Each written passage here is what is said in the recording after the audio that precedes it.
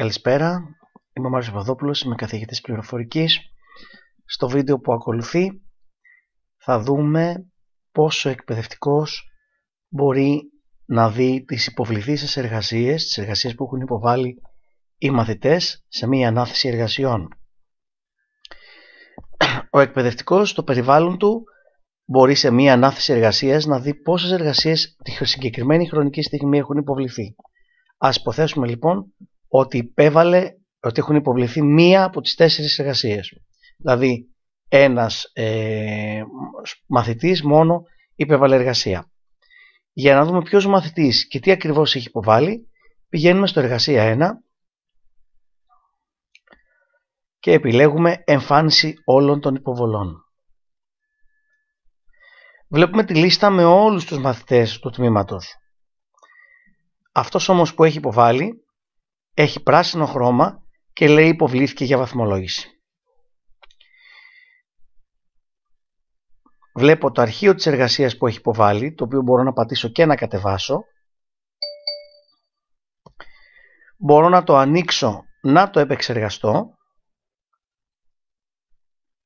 να το βαθμολογήσω και στη συνέχεια, πηγαίνοντας στο βαθμός, να κάνω τα εξής πράγματα. Πρώτον, να βάλω το βαθμό. Η πλατφόρμα είναι ρυθμισμένη σε κλίμακα μέχρι 100, δηλαδή από 0 έως 100, το άριστα δηλαδή είναι 100, και επιπλέον μπορώ να γράψω σχόλια ανατροφοδότησης, δηλαδή αν έχω να πω στο μαθητή κάποιες παρατηρήσεις, δηλαδή σε ποια κομμάτια της εργασίας πήγε καλά, σε ποια κομμάτια δεν πήγε καλά ή αν κάτι δεν έχει γίνει ή έχει γίνει καλά.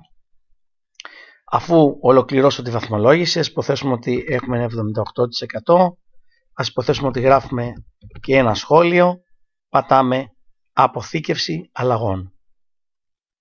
Οι αλλαγές αποθηκεύτηκαν, ο μαθητής βαθμολογήθηκε με 78%, οπότε αν πάω αποθήκευση και προβολή του επόμενου, θα δω τον επόμενο μαθητή. Εδώ βέβαια δεν έχω άλλες υποβολές, οπότε αυτό που κάνω στην ουσία είναι να φύγω από το μενού και να επιστρέψω στο μάθημα.